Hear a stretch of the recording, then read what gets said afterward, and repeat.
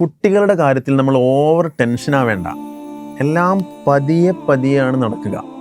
ചില രക്ഷിതാക്കളുണ്ട് 5 വയസ്സാകുമ്പോഴേക്ക് എൻ്റെ കുട്ടി ഓവർ ടാലൻ്റ് ആവണം, അവൻ എന്തൊക്കെയോ പഠിക്കണം, എല്ലാവരെക്കാളും വിജയത്തിലെത്തണം എന്നൊക്കെ അങ്ങോട്ട് ആഗ്രഹിക്കുകയാണ്.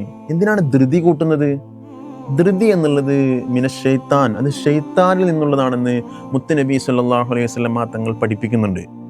ചെറുപ്രായത്തിൽ അവർ കളിച്ച്, അവർ പലതിനോടും പരിചയിച്ച് മെല്ലെ മെല്ലെ വളർന്നു വരണം. അത് നമ്മൾ ആ ഒരു സാവധാനം തന്നെ നോക്കിക്കാണണം.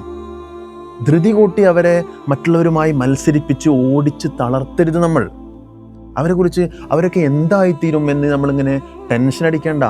അവരെ ആരൊക്കെയാണ് ആക്കുന്നത്, ഏത് മേഖലയിലേക്കാണ് എത്തിക്കുന്നത് എന്ന് അള്ളാഹുവിൻ്റെ തീരുമാനമാണ്.